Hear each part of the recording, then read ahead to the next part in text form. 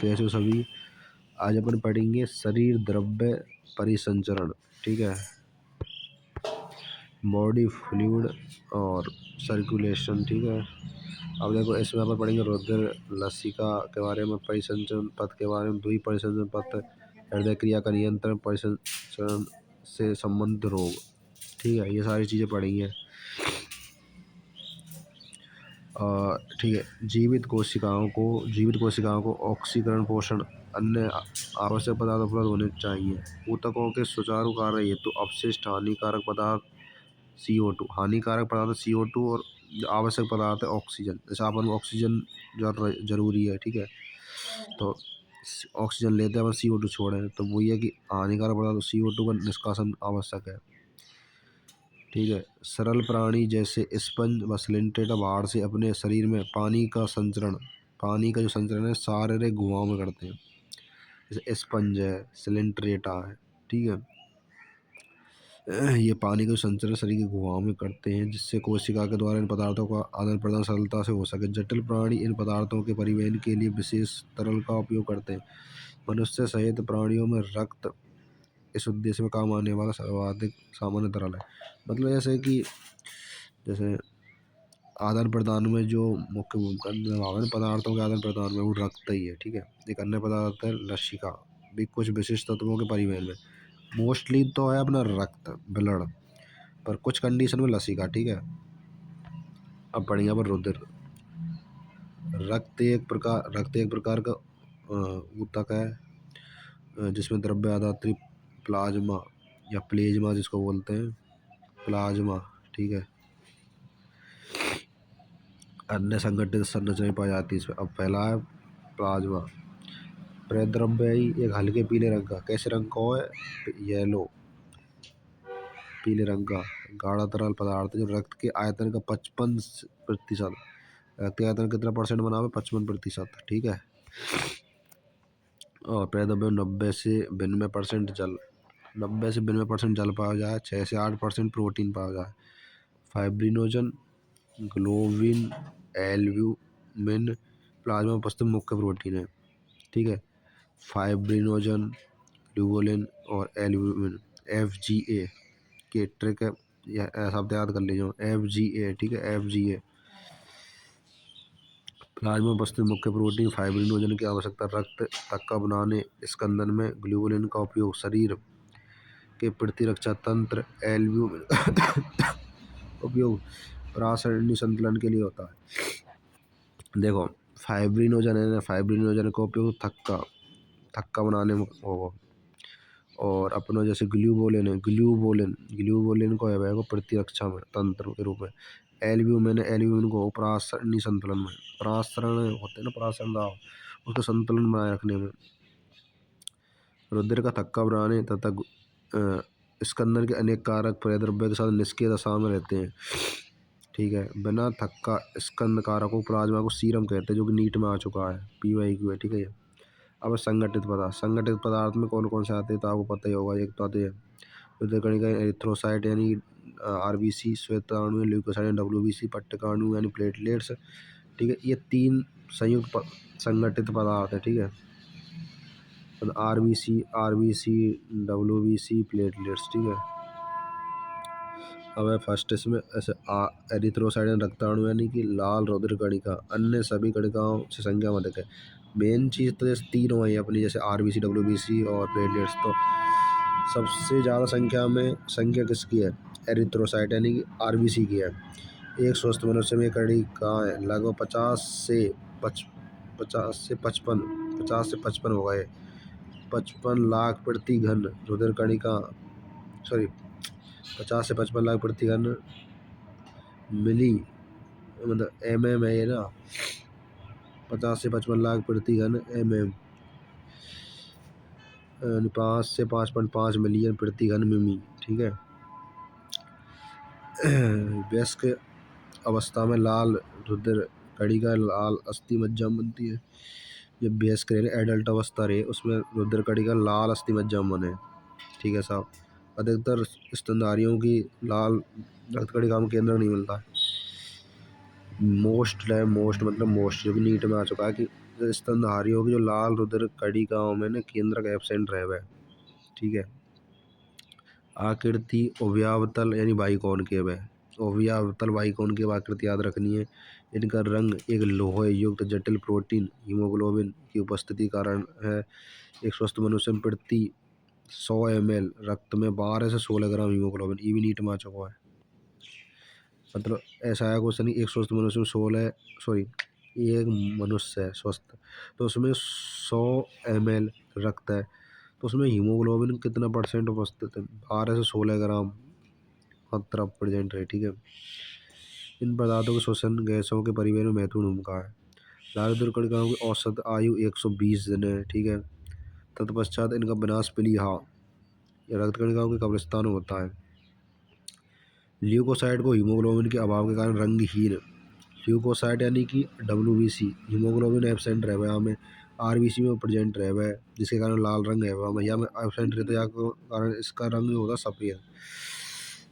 रंगीन होने से ये श्वेत रुधिर कणिका भी कहते हैं इसको, क्योंकि भाई जो हीमोग्लोबिन है लाल रंग प्रदान कर रहा है ना को, तो वो एब्सेंट है तो फिर श्वेत ही रहेगा वो यार।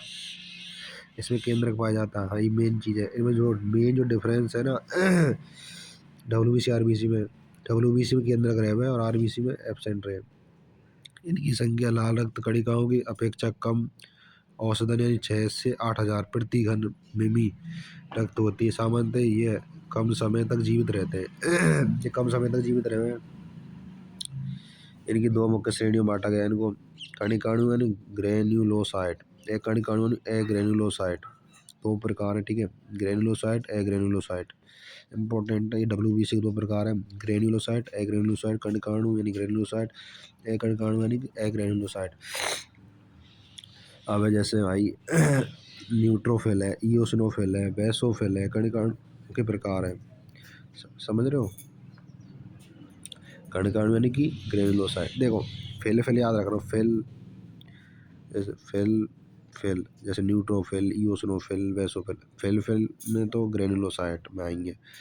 बाकी जैसे लिम्फोसाइट, मोनोसाइट, साइट साइट में आएंगे अपने एक कणिकाणु, ठीक है। समझ में आ गया, समझ में आ गया ना। हाँ देखो फिल बारह यानी कणिकाणु यानी कि ग्रेन्युलोसाइट, और साइट बारह यानी कि एक कणिकाणु यानी एग्रेन्युलोसाइट। श्वेत रुधिर कणिका में न्यूट्रोफिल संख्या में सबसे अधिक, न्यूट्रोफिल ये सबसे अधिक तो न्यूट्रोफिल की मात्रा रहे है, याद रखना सब। ये 60 से 65%, बेसोफिल की सबसे कम रहे 0.5 से 1%। अब देखो इसमें ये RBC का चित्र दे रखा है, ये बाइकॉनकेव है, ठीक है, द्विअवतल। ये प्लेटलेट्स है, ठीक है। ये इओसिनोफिल है, ये बेसोफिल है, इसकी मात्रा सबसे कम है। ये न्यूट्रोफिल है, इसकी मात्रा WBC सबसे ज़्यादा है। बेसोफिल की सबसे कम 0.5 से 1% तक है, यहाँ की 60 से 65% तक, ठीक है। अब लिम्फोसाइट कर रखा है इन्होंने, लिम्फोसाइट होगा, ठीक है।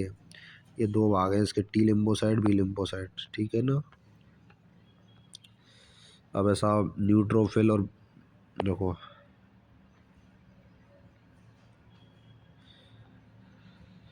न्यूट्रोफिल और मोनोसाइट 6 से 8% भक्षण कोशिकाओं में उपस्थित होते हैं। यानी जो भक्षण कर रहे हैं ना कोशिका, वो 6 से 8% न्यूट्रोफिल और मोनोसाइट यानी N और M। ट्रिक याद रख सकते हो, NM, N for neutrophil, M for monocyte, ठीक है। ये भक्षण कोशिका भक्षण करने का काम कर रहे हैं, जो अंदर प्रवेश करने वाले बाह्य जीवों को समाप्त करती है। जो कोशिका के अंदर जो जीव प्रवेश करें उन्हें समाप्त कराएं। बेसोफिल हिस्टामिन, सेरोटोनिन, हिपेरिन, जो कि नीट में आया हुआ प्रश्न है, ये भी नीट में आया हुआ है और ये भी, दोनों नीट में आए हुए क्वेश्चन है, ठीक है।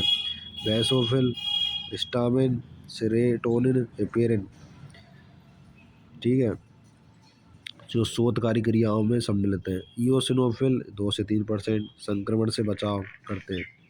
तो एलर्जी प्रतिक्रिया में, एलर्जी प्रतिक्रिया रहे ना, तो उनमें मतलब सहायता करें। देखो न्यूट्रोफिल और मोनोसाइट NM जो कि भक्षण को काम करेंगे, बेसोफिल हिस्टामिन, सेरोटोनिन, हिपेरिन जो का काम करेंगे, शोधकारी क्रियाओं में काम करेंगे। इओसिनोफिल 2 से 3% संक्रमण से बचाव करेगा। एलर्जी प्रतिक्रिया में सम्मिलित रहे। लिम्फोसाइट जो कि 20 से 25% होता है, दो प्रकार का रहता है, बी और टी लिम्फोसाइट। ठीक है, दोनों प्रकार लिम्फोसाइट शरीर की प्रतिरक्षा के लिए उत्तरदायी है। यानी शरीर के जो इम्यूनिटी पावर को बढ़ाने के लिए कौन कौन से लिम्फोसाइट जरूरी है, बी और टी। पट्टिका अणु अगला यानी प्लेटलेट्स जिसको बोलते हैं, मेन काम उसका पता होगा, ये रक्त का थक्का बनाने में काम आवा है।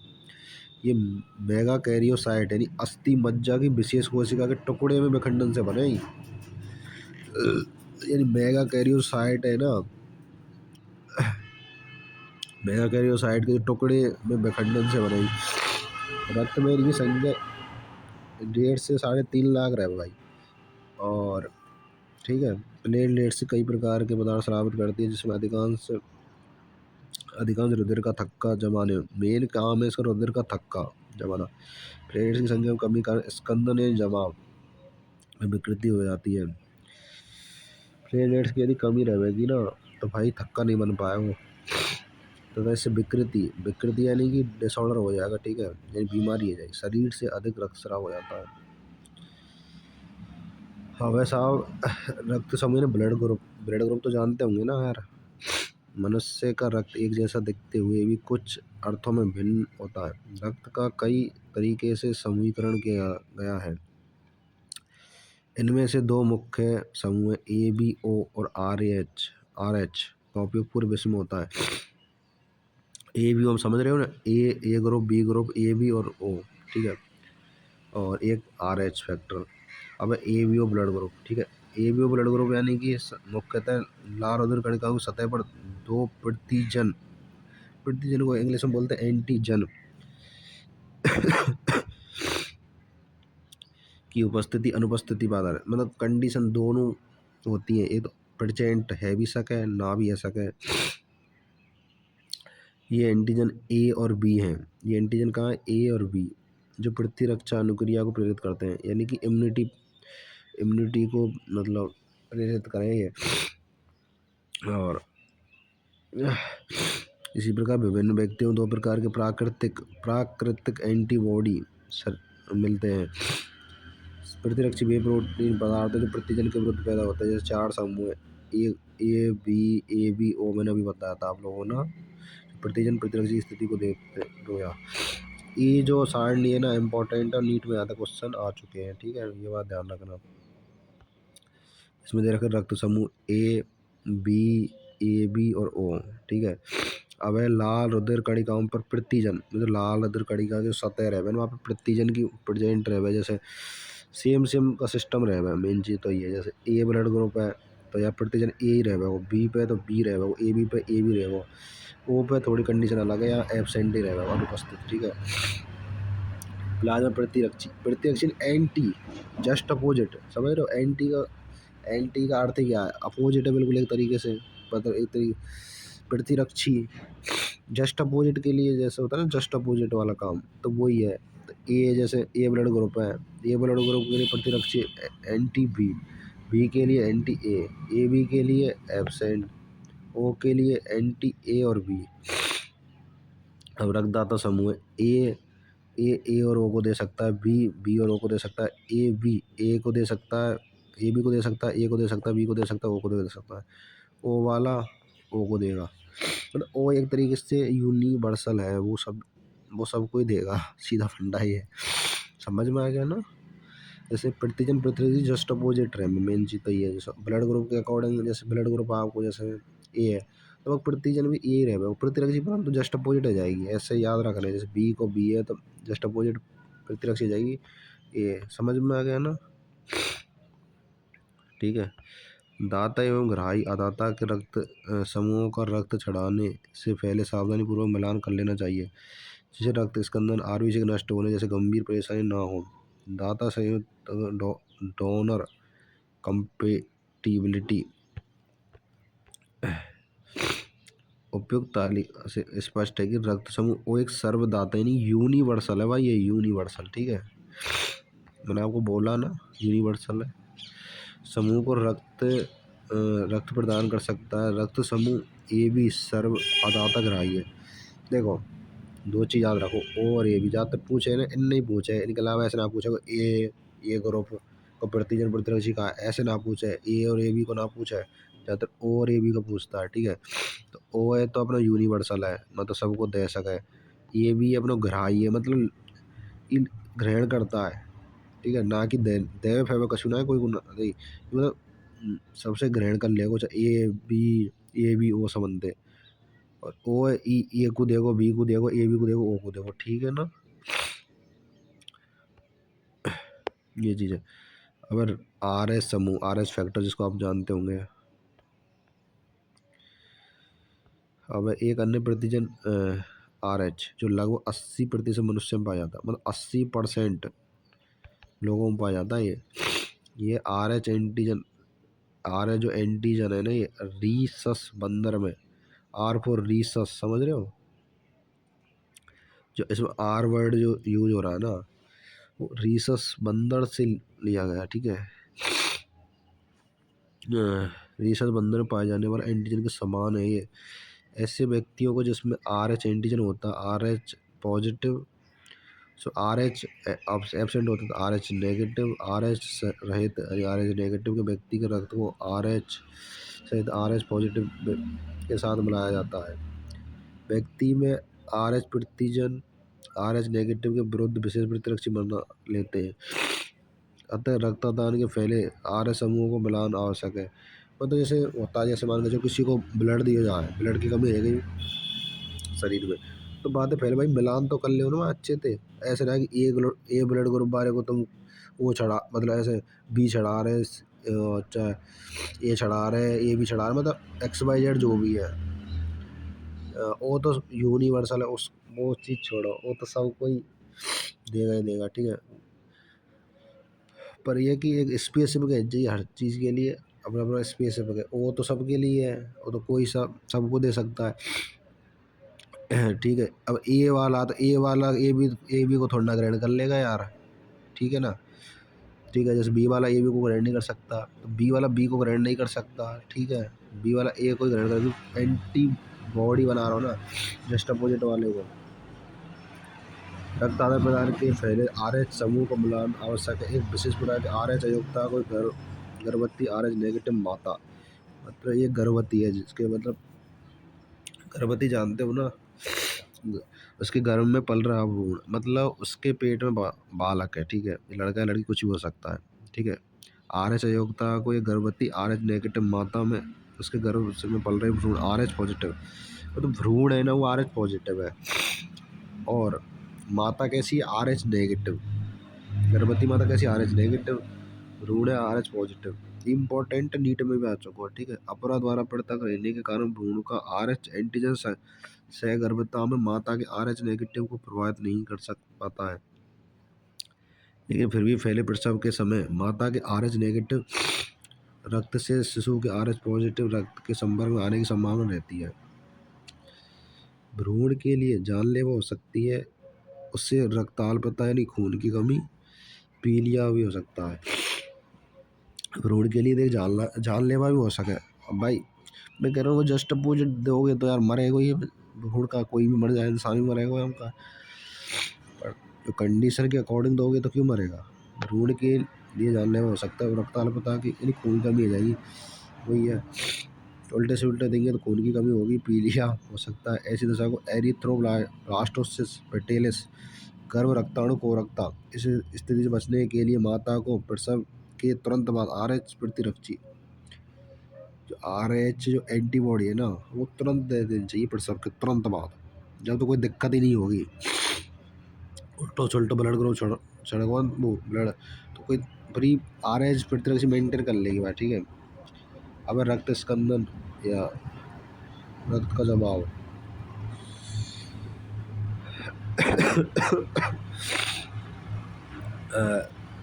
ये रक्त का स्कंदन या थक्का है, ये मुख्यतः फाइब्रिन धागे के जाल से बनता है। इस जाल में मरे या क्षतिग्रस्त संगठित पदार्थ उलझे हुए होते हैं। इसमें जो संगठित पदार्थ पता कौन कौन से, बता मेरे को, आरबीसी है, एक डब्ल्यूबीसी, प्लेटलेट्स है। तो यहाँ में जो फाइब्रिन को धागे के जाल से बनता है ना ये, ठीक है, जो रक्त के स्कंदन या धक्का बनेगा फाइब्रिन को धागे से बनेगा, जाल सी संरचना बन जाएगी। इस जाल में मरे क्षतिग्रस्त संगठित पदार्थ आरबीसी डब्ल्यूबीसी प्लेटलेट्स उलझे हुए रहते हैं। फाइब्रिन रक्त प्लेज्मा में उपस्थित एंजाइम थ्रोम्बिन की सहायता से, यानी कि फाइब्रिन का जो जाल बने ना वो रक्त प्लेज्मा यानी रक्त प्लाज्मा में उपस्थित एंजाइम थ्रोम्बिन की सहायता से फाइब्रिनोजन से बनती है वो। ठीक है। अब देखो फाइब्रिनोजन से बनेगी फाइब्रिन। फाइब्रिन का एक जाल बना हुआ है जो जैसे ब्लड, जैसे मान के चलो अपने पैर में या हाथ में लग गए जो, तो वहाँ से ब्लड निकल रहा तो वहाँ थक्का बन जाएगा। ठीक है। तो थक्का बनेगा तो वहाँ में एक जाल बनेगा। ठीक है। वो बनेगा फाइब्रिन का। जो फाइब्रिन किससे बनता है, फाइब्रिन का जो जाल है किससे बने, फाइब्रिनोजन से। ठीक है।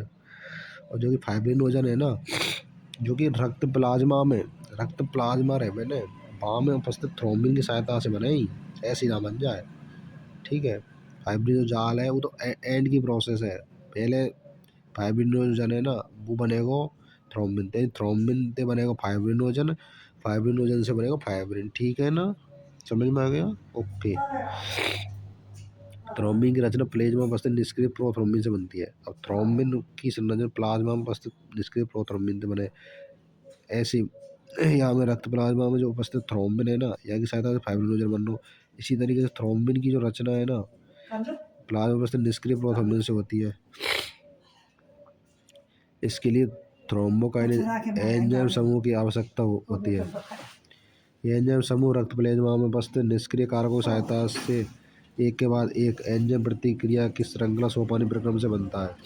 एक चोट या घात रक्त में उपस्थित प्लेटलेट्स को विशेष कारकों को मुक्त करने के लिए प्रेरित करती है, जिनसे स्कंदन की प्रक्रिया शुरू होती है। क्षति के सूतकों द्वारा भी चोट की जगह पर कुछ कारक मुक्त होते हैं। स्कंदन को प्रारंभ कर सकते हैं। इस प्रतिक्रिया में कैल्शियम आयन की भूमिका महत्वपूर्ण होती है। जो स्कंदन है जैसे, यानी कि जो ब्लड का जो क्लॉटिंग होता है ना उसमें कैल्शियम प्लस टू है ना, कैल्शियम प्लस 2 का एक मतलब जो थक्का बनाने में इम्पोर्टेंट भूमिका है भाई। ठीक है ना। अब लसिका यानी ऊतक द्रव्य, रक्त जब ऊतक की कोशिका से होकर गुजरता है तब बड़े प्रोटीन अणु में संगठित पदार्थों को छोड़कर रक्त से जल एवं जल में घुलनशील पदार्थ कोशिका से बाहर निकल जाते हैं। इस तरल को अंतराली द्रव्य या ऊतक द्रव्य कहते हैं। ठीक है। मेन चीज पता क्या है, जब ऊतक कोशिका से होकर गुजरा है, रक्त है ना ऊतक की कोशिका से होकर गुजरेगा तो बड़े प्रोटीन अणु और संगठित पदार्थ कौन से, आरबीसी डब्ल्यूबीसी प्लेटलेट्स को छोड़कर, तो प्रोटीन छोड़ देगा, आरबीसी डब्ल्यूबीसी प्लेटलेट्स से छोड़ देगा, तो रक्त से जल एवं जल में घुलनशील पदार्थ कोशिका से बाहर निकल जावे। मतलब इन सब ने छोड़ के ये मतलब जल में घुलनशील पदार्थ है ना कोशिका से बाहर निकल जावे ये। इस तरल को अंतराली द्रव्य या ऊतक द्रव्य बोला जाता है। ठीक है ना। ठीक है। लसिका एक रंगहीन द्रव्य है। लसिका कैसा रंगहीन द्रव्य है जिसमें विशेष लिम्फोसाइट मिलते हैं। लिम्फोसाइट शरीर की प्रतिरक्षा अनुक्रिया के लिए उत्तरदायी है।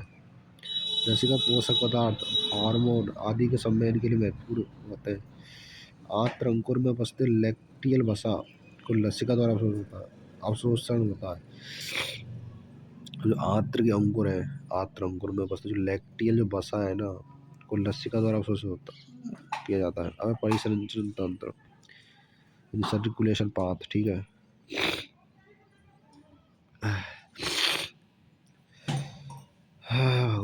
परिसंचरण दो तरह का रहता है, खुला परिसंचरण, खुला और बंद प्रकार का। खुला परिसंचरण तंत्र पाया जाता है ऑर्थोपोडा यानी संधिपाद मोलास्का में। ठीक है। जिसमें हृदय रक्त वाहिकाओं में पंप किया जाता है, यानी जो रक्त है ना हृदय द्वारा रक्त वाहिकाओं में पंप है। जो रक्त स्तन कोटरों में खुला है। एक कोटर वस्तुतः देहगुआ होती है। ठीक है। एनिलेडा और कशेरुकों में बंद प्रकार का। ठीक है।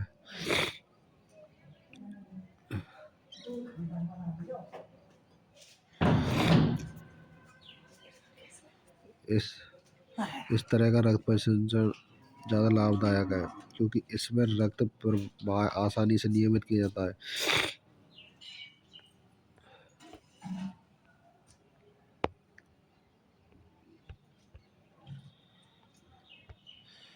उभयचर और सरीसृप रेप्टाइल का मगरमच्छ को छोड़कर हृदय 3 कक्ष से बना होता है। मेन चीज़ पता क्या है, उभयचर में तो वैसे 3 कक्ष, ठीक है, जैसे 2 आनंद 1 निलय पाया जाएगा, परंतु मगरमच्छ रहे ना, मगरमच्छ कहा गया, मगरमच्छ ये रहा, मगरमच्छ में 4 पाए जाते हैं, 2 आनंद पाए जाते हैं, 2 निलय पाए जाते हैं, ठीक है, जिसमें 2 आनंद पाए जाते हैं। हाँ मगरमच्छ कहाँ गो। उभयचर तो सरीसृप रेप्टाइल का मगर रेप्टाइल का हृदय 3 कक्षों से बना होता है, जिसमें 2 आनंद 1 निलय, ठीक है, इनमें तो 2 आनंद 1 निलय पाया जाएगा उभयचर में और सरीसृप में, ठीक है। परंतु जो मगरमच्छ पक्षी स्तनधारी में हृदय 4 कक्षों में बना होता है, जिसमें 2 आनंद रहेंगे, 2 निलय। उभयचर सरीसृप में तो 3 पाए जाएंगे, ठीक है, 2 आनंद 1 निलय। परंतु जो मगरमच्छ रहे, मगरमच्छ पक्षी स्तनधारी, मगरमच्छ पक्षी स्तनधारी, इनमें 2 आनंद 2 निलय, यानी कि हृदय 4 कक्षों में बटा होता है। बी ऑक्सीजनित रुधिर भार को पंप होता है तथा वहां से बी ऑक्सीजनित रक्त हृदय में वापस आता है, ठीक है। इस मतलब इसमें मछली रहे, मछली में हृदय बी ऑक्सीजन रुधिर भार को पंप करता है, जो क्लोम द्वारा ऑक्सीजनित होकर शरीर के विभिन्न भागों में पहुंचाया जाता है। बी ऑक्सीजनित रक्त हृदय में वापस आता है। इस क्रिया को एकल परिसंचरण कहते हैं। उभयचर सरीसृप में बाह्य आलिंद क्लोम फेफड़े त्वचा से ऑक्सीजनित युक्त रक्त प्राप्त करता है।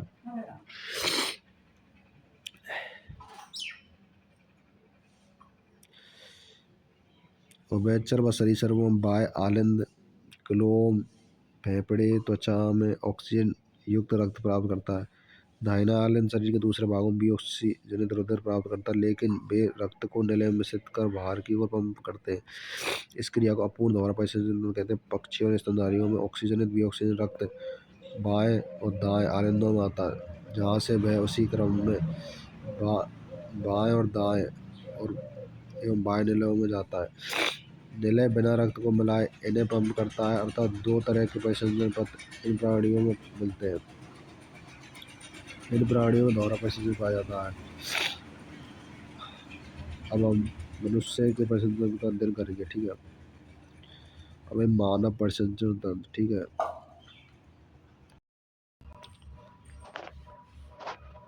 अगला मानव परिसंचरण तंत्र, यानी मानव परिसंचरण जो तंत्र है, यानी कि जो मानव में सर्कुलेशन होता है ना, उसको सिस्टम में, इसको रक्त वाहिनी तंत्र भी कहते हैं, जिसमें कक्षों से बना पेशी हृदय साकित बंद रक्त वाहिनियों का एक जाल रहे, रक्त एवं तरल समाहित होता है उसमें।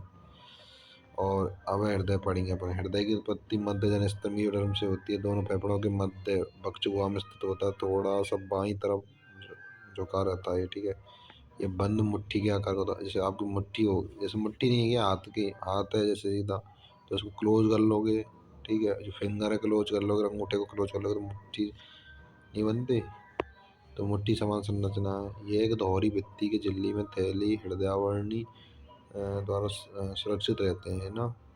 हृदयावर्णी द्रव्य पाया जाता है इसमें।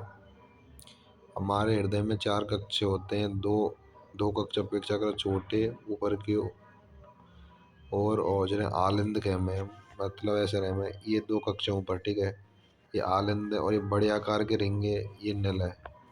जैसे अब मैं बताऊँ आपको, जैसे ये छोटे आकार का ये आलिंद है ऊपर, ठीक है, और ये बड़े कक्ष हैं, ये वाले ये निल है।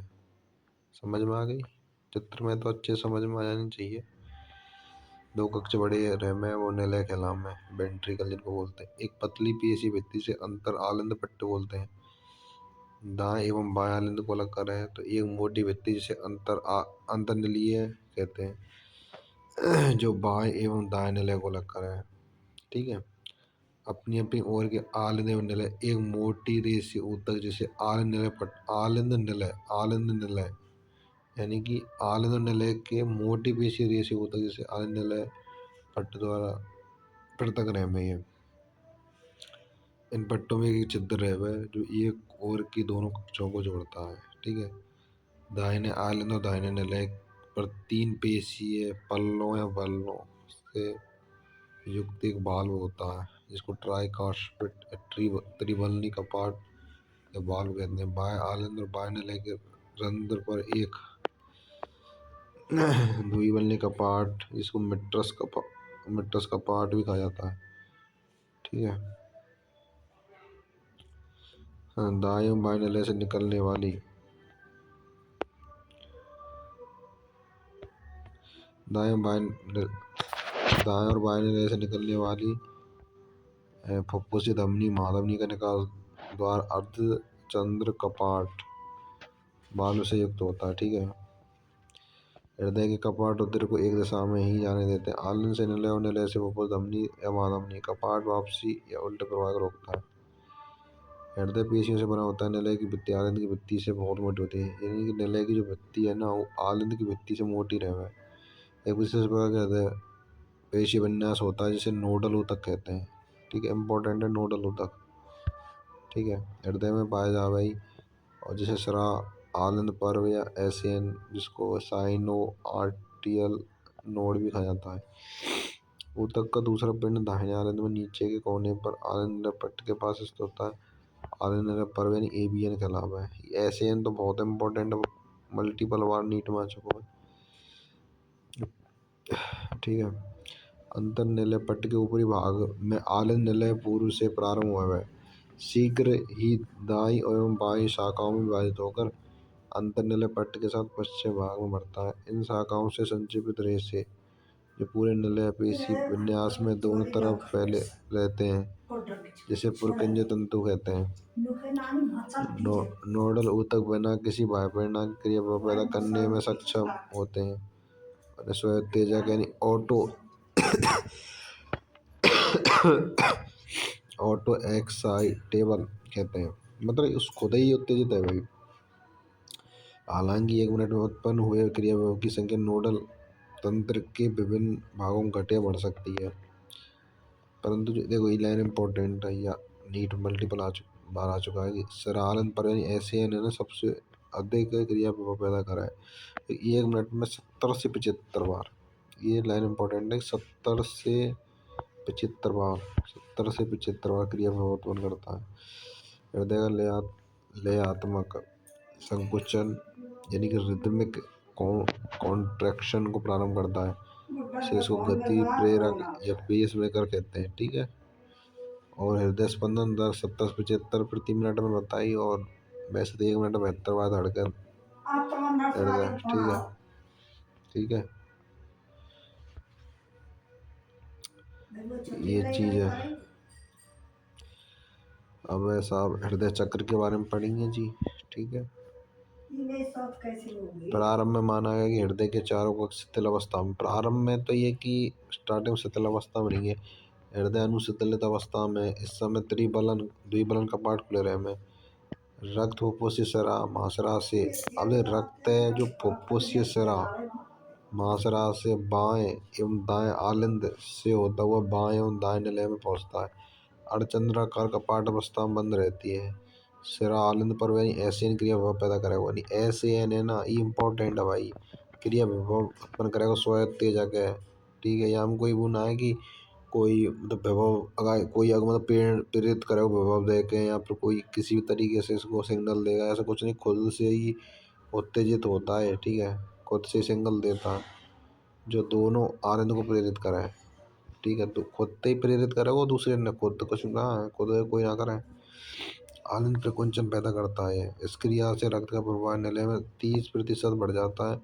निलय में क्रिया विभव का संचालन आनंद निलय तथा आनंद निलय बंडल द्वारा होता है, जहाँ से हिंज के बंडल निलय पेशी विन्यास तक पहुँचता है। इसके कारण निलय पेशी में संकुचन होता है, अर्थात निलय प्रकुंचन। इस समय आनंद विश्राम अवस्था में आ जाते हैं। देखो आनंद में सीधी बात है, निलय में संकुचन होगा तो आनंद विश्राम में आएंगे, आनंद में संकुचन होगा तो निलय विश्राम में आएंगे। ठीक है। इसे आनंद अनुचित्रण कहते हैं। आनंद प्रकुंचन के साथ साथ निलय प्रकुंचन निलय दाम बढ़ जाता है। इससे त्रिबलनी व द्विबलनी कपाट बंद जाएंगे, यानी कि त्रिबलन और द्विबलन कपाट बंद हो जाएंगे। ठीक है। तो रक्त विपरीत दिशा अर्थात आलिंद में नहीं आता है। जैसे ही निलय दबाव बढ़ता है अर्धचंद्राकार जो कपाट रहे ना, वो ये फुफ्फुस धमनी तथा महाधमनी पर स्थित होते हैं। ठीक है, खोलने के लिए मजबूर हो जाऊँ मैं भाई, सीधा फंडा है। रक्त विपरीत दिशा में जस्ट अपोजिट साइड में जाएगा तो आलिंद में ना जा नहीं आता है वो, इसे निलय पे दबाव बढ़ाएगा। अगर आलिंद में ना आ रहा तो निलय में तो जाएगा, तो निलय में दबाव बढ़ेगा ही यार। फुफ्फुसी सॉरी अर्धचंद्र का अर्धचंद्र पट्टिका है जो फुफ्फुसीय धमनी या महाधमनी में स्थित है, में खुलने के लिए मजबूर हो जाती है।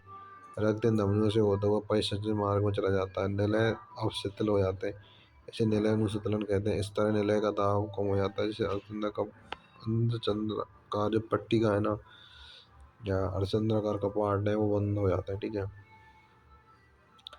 जिससे रक्त का विपरीत प्रवाह निलय में नहीं होता है। ठीक है, निलय दाब और कम हो जाता है। आलिंद में रक्त का दाब अधिक होने के कारण त्रिवलनी कपाट द्विवलनी कपाट खुल जाएंगे।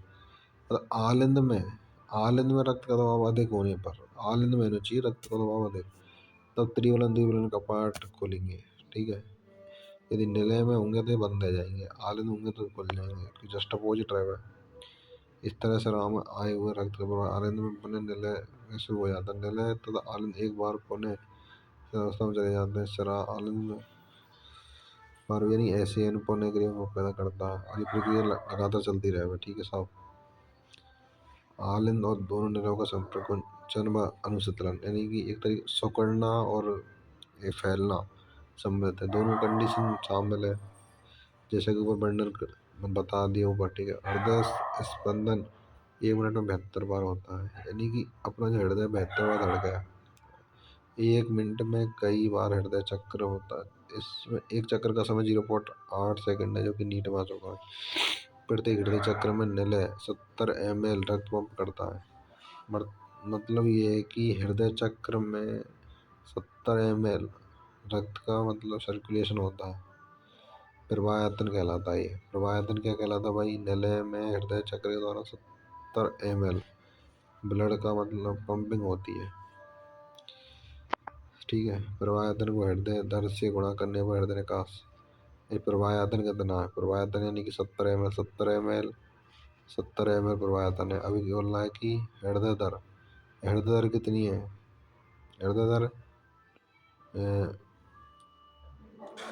हृदय दर से यानी कि हृदय दर के हिसाब से इसमें 0.8 सेकंड को ले रहे हैं,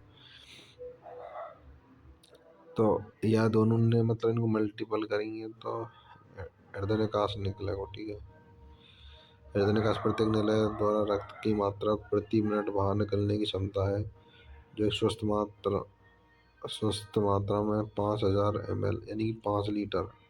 देखो, आप लोगों को पता भी होगा, वैसे छोटी क्लास में पढ़ा होगा कि अपने शरीर में कितना लीटर रक्त पाया जाता है, 5 लीटर। जिसको 5000, 1 लीटर में 1000 ml रहेगा, तो 5 लीटर 5000 ml रहेंगे। ठीक है, हम प्रवाहयतन हृदय दर को बदलने की क्षमता रखते हैं, इसको हृदय निकास भी कहते हैं। ठीक है, और सब जो खिलाड़ी और धावक रहे हैं उनमें हृदय निकास सामान्य मनुष्य से अधिक होता है। हृदय चक्र में 2 महत्वपूर्ण ध्वनियाँ होती हैं, जो स्टेथोस्कोप द्वारा, जो डॉक्टर के गले में लटकी होती है ना स्टेथोस्कोप, तो उसको बोलते हैं स्टेथोस्कोप। ठीक है, उससे सुनी जाती है। ध्वनि यानी कि लव त्रिवलनी द्विवलनी कपाट के बंद होने से संबंधित है। इन लव जो ध्वनि है ना, वो द्विवलन त्रिवलन जो कपाट बंद होंगे तब सुनी जाएगी, जबकि दूसरी ध्वनि डव चंद्र अर्धचंद्राकार कपाट के बंद होने से संबंधित है। पहली ध्वनि लव और डव के बंद होने से संबंधित है। ठीक है, दूसरी ध्वनि अर्धचंद्राकार कपाट है बाकी बंद होने से संबंधित है। अब अब विद्युत हृदय लेख यानी इलेक्ट्रोकार्डियोग्राफ ग्राफ। ठीक है, ना कि ग्राम। ठीक है, इसमें चित्र को देखो पहले तो, इसमें PQRST 5 पॉइंट दे रखे हैं, PQRST। तो उसमें P है ना, जो कि आलिंद बी ध्रुवण, आलिंद आलिंद निलय, दो चीज ध्यान रखने हैं आपको, यानी आर्टिकल और एक बेंड्रा। ठीक है, जानते हो ना आलिंद निलय। ठीक है, P है आलिंद बी ध्रुवण, QRS एक सम्मिश्र है, एक संकुल है, मतलब तीनों का कंबाइंड रूप है, जो कि निलय के विध्रुवण में सहायता करता है। पी ओनली फॉर पी तो आलिंद के भी ध्रुवण में सहायता करे। क्यू आर एस तीनों निलय के भी ध्रुवण में। टी निलय की समाप्ति का घातक है। समाप्ति लिखा है वो, देखो पी आलिंद के भी ध्रुवण में, ठीक है, पी तो आलिंद के भी ध्रुवण में। क्यू आर एस निलय भी ध्रुवण। टी समाप्ति है निलय की, मतलब ये चीज है। शायद अस्पताल के टेलीविजन के दृश्य चित्रचित होंगे जब कोई बीमार व्यक्ति हृदयघात के कारण निगरानी मशीन मॉनिटरिंग मशीन पर रखा जाता है। पी मतलब पी यही ध्वनि याद रखनी है, मीटर यही आएगी की आवाज़ सुन सकते हैं। इस तरह की मशीन इलेक्ट्रोकार्डियोग्राफ का उपयोग विद्युत हृदय लेख में किया जाता है। ईसीजी हृदय चक्र की विद्युत क्रियाकलापों का आरेखीय प्रस्तुतिकरण। बीमार व्यक्ति के मानक ईसीजी प्राप्त करने के लिए मशीन से रोगी को 3 विद्युत लीड से दोनों कलाइयों तथा बाईं ओर की एडी, मतलब दोनों तो कलाई रहेंगी, ठीक है, और बाईं ओर की एडी, ये इम्पोर्टेंट है। बाएं और दाएं ऑप्शन में तुम गड़बड़ मत कर देना वहाँ पर, ठीक है। ये सेम लाइन लिखी होती है एनसीईआरटी की, लाइन टू लाइन प्रश्न आता है भाई। तुम 19-20 करोगे तो 19-20 में तुम्हारी 19-20 हो जाएगी, ठीक है। तो एक चीज़ है ऐसे रट लो कि हाँ भाई यही सब कुछ है। हृदय क्रिया के विस्तृत मूल्यांकन के लिए कई तार लीड्स को सीनियर से जोड़ा जाता है, ठीक है जी। हम केवल मानक ईसीजी के बारे में बताएं। ईसीजी के प्रत्येक चरमोत्कर्ष को पी से टी तक, यानी कि P Q R S T, ठीक है, तो पी से लेके टी तक दर्शाया जाता है, जो हृदय की विशेष विद्युत क्रियाओं के प्रदर्शन करता है। पी को आलिंद के उद्दीपन वितरण के रूप में प्रस्तुत किया जाता है, जिससे दोनों आलिंदों का संकुचन होता है। क्यू आर एस यानी कि सम्मिश्र निलय के आद्रवण को मैंने बताया था आपको ना, पी तरंग तो आलिंद के उद्दीपन को, और अपना जो होता है ना क्यू आर एस, पूरा सम्मिश्र है, एक तरीके संकुल है, ठीक है। तो ये निलय के आद्रवण को प्रस्तुत करता है, ठीक है जी, जो निलय के संकुचन को शुरू करता है। संकुचन क्यू तरंग के बाद शुरू होता है, जो प्रकुंचन की शुरुआत को घातक है। अब इसमें टी जो तरंग है निलय का उत्तेजन से सामान्य अवस्था में वापस आने की स्थिति को, मतलब उत्तेजित करेगा, पहले तो एक्साइटेड करेगा उसको, उत्तेजित मतलब एक्साइटेड, उसको नॉर्मल कंडीशन में लाएगा। जैसे मैं बता रहा हूँ, ये स्टार्टिंग जो पोजीशन है पी है, ठीक है जी, मैं अभी 1 मिनट रुको यार, ठीक है, पी कंडीशन है। फिर आगे जाएंगे तो ये पूरा जो ये है ना, ये क्यू पॉइंट हो गया, ये आर पॉइंट हो गया, ये एस पॉइंट है, फिर उसके बाद में ये टी टी कंडीशन है ये वाली। तो यहाँ पे पी आलिंद भी ध्रुवण, क्यू आर एस पूरा सम्मिश्र है ना, ये निलय आध्रुवण भी ध्रुवण, कुछ भी बोल सकते हो, बात एक ही है। और टी जो कि निलय का समाप्ति घातक है, नहीं समाप्त या फिर उत्तेजना से सामान्य नॉर्मल कंडीशन में लाने के लिए टी जिम्मेदार है। समझ में आ गया? तो ये ग्राफ इधर दे रखा है ना, यही तो मैंने इधर यहाँ पे बनाया है, ठीक है जी। हाँ, सब आगे बढ़ते हैं ना, कि एक निश्चित समय की द्वारा सम्मिश्र की संख्या गिनने पर एक मनुष्य के हृदय स्पंदन दर निकाली जा सकती है। इस यद्यपि तरह तरह के व्यक्तियों की ईसीजी संरचना या आकृति सामान्य होती है, इस आकृति में कोई परिवर्तन किसी संभावित असमानता तो बीमारी को इंगित करती है भाई। अब अपने द्वि संचरण, ठीक है, डबल सर्कुलेशन जिसको बोलते हैं। रक्त अनिवार्य रूप से एक निर्धारित मार्ग में रक्त वाहिनी धमनियों स्राव में बहता है। मूल रूप से प्रत्येक धमनी और स्राव में 3 परत रहवे, अंदर की ओर एक सल्की उपकला रहेगी, ठीक है। फिर उसके बाद में चिकनी पेशी एवं लचीले रेशे से युक्त, फिर ऐसा कोलेजन। फर्स्ट में तो अंदर की तरफ में सल्की उपकला, फिर ये मिडिल में रहे चिकनी पेशी रहे, ठीक है, बाहर की तरफ रहे कोलेजन रेशे, ठीक है।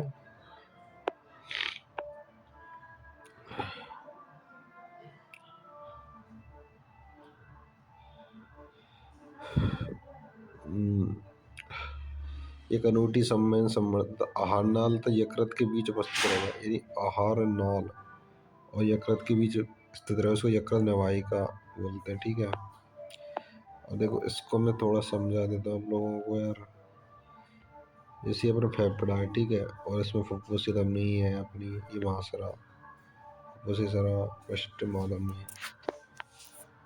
ठीक है, ये चिकनी पेशी, ये अवकाशिका धमनी, शरीरंग वो केशिका, सरा, चिकनी पेशी, अवकाशिका। ये RARBLAL समझते हो? आर ए मतलब राइट, राइट फॉर दाया, ठीक है, राइट फॉर दाया आलिंद, LA फॉर बाया आलिंद है ना, बी फॉर वेंट्रिकल, और तो राइट वेंट्रिकल है, राइट यानी कि दाया आलिंद, सॉरी दाया निलय, LV यानी कि लेफ्ट वेंट्रिकल यानी कि बाया निलय, ठीक है ना। हृदय क्रिया का नियमन है, हृदय की सामान्य क्रियाओं का नियमन अंतरिम होता है तथा विशेष पेशियों तक नोडल द्वारा स्वयं नियमित होता है। हृदय को पेशी जनक कहते हैं, ठीक है। तंत्रिका केंद्र स्वायत्त तंत्रिका के द्वारा हृदय की क्रियाओं को संयमित करता है। अनुकंपी तंत्रिकाओं से प्राप्त तंत्र के संकेत हृदय स्पंदन की दर बढ़ा देते हैं, निलय संकुचन को साधारण बना देते हैं, हृदय निकास बढ़ जाती है। दूसरी ओर प्रानुकंपी संकेत हृदय स्पंदन की दर को कम करते हैं। देखो अनुकंपी प्रानुकंपी, अनुकंपी अनुकंपी तो बढ़ाया हृदय स्पंदन दर, परानुकंपी परानुकंपी कम करेगा। ये चीज ध्यान रखनी, नीट में भी आ चुका है। PY को लेकर रखने, नीट कहीं है भैया, PY की मतलब प्रीवियस ईयर क्वेश्चन, ठीक है, शॉर्ट में PY को लिख रखा है, इतना जानते होंगे यार, नीट की तैयारी कर रहे तो। पहचान चरण की विकृति कौन कौन सी है जाए, यानी कि हाई ब्लड प्रेशर हो जाता है, अति तनाव की कंडीशन है, ठीक है। तो हाई ब्लड प्रेशर में कंडीशन क्या होंगे, रखो ये बताऊँ मैं। इसको अति तनाव या रक्तदाब की वह अवस्था है जिसमें रक्तचाप सामान्य यानी 120 से 180 तक, ठीक है, अधिक हो जाए, इससे भी अधिक, ये तो सामान्य पर इससे अधिक है, हो जाता है। इस मापदंड में 120 mmHg मिलीमीटर में मरकरी दबाव को, प्रकुंजन पंपिंग दाब 80 मिमी HG को अनुशीतलन या विराम काल रक्तदाब कहते हैं। यदि किसी का रक्तदाब बार बार मापने 140 पर 90, मतलब ये 140 पर 90, मतलब ये तो ये लगा लो सबसे पीक वैल्यू है, मतलब इससे अधिक इतना या फिर इससे अधिक है ना, तो व्यक्ति अति तनाव यानी कि हाई ब्लड प्रेशर, अति तनाव की कंडीशन झेल रहा है। तो इससे मतलब दो चीज इफेक्ट होता है, एक तो मस्तिष्क इफेक्ट होता है, एक वृक्क के अंग, ठीक है। अब अपना CAD यानी कि हृदय धमनी रोग, जिसको हिंदी में बोलते हैं ना, हृदय धमनी बीमारी रोग को एथीरोकार्डिया या एथीरोस्क्लेरोसिस के रूप में जाना जाता है। हृदय पेशियों को रक्त की आपूर्ति करने वाली वाहिनियां प्रभावित होती है। मतलब जो CAD है ना, ये हृदय धमनी रोग है। धमनी में आपको पता है कि धमनी में शुद्ध ब्लड बहता है, एक स्राव में अशुद्ध, तो हृदय पेशी को रक्त की आपूर्ति जब करेंगे, शुद्ध रक्त जहाँ, तो ज़्यादातर डिमांड ज़्यादा वहाँ पर, तो ये रक्त की आपूर्ति करने वाली वाहिनी प्रभावित है में बीमारी धमनियों के अंदर कैल्शियम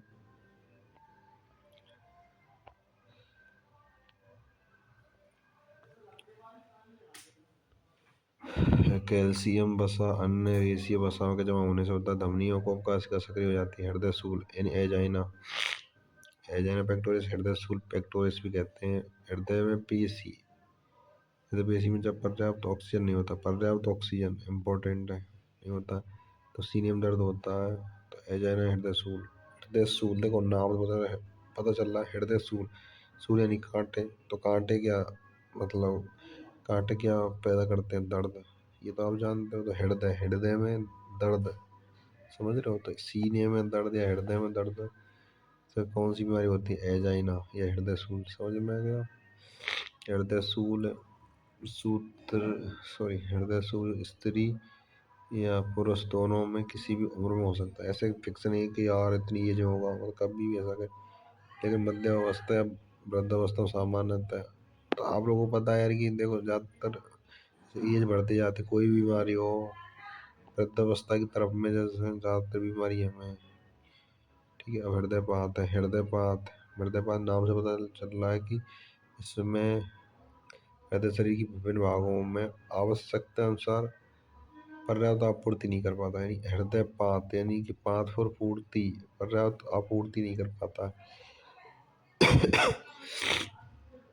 कभी कभी संकुलित हृदयपात भी कहते हैं। फुफ्फुस का संकुलन हो जाने पर इस बीमारी का प्रमुख लक्षण है हृदयपात। ठीक हृदयघात की बात ही नहीं है, जहाँ हृदयघात में हृदय की धड़कन बंद हो जाती है। हृदयपात में हृदय पेशियों को रक्त आपूर्ति अचानक अपर्याप्त हो जाने से एकाग्रता क्षति होती है, ठीक है। All the best.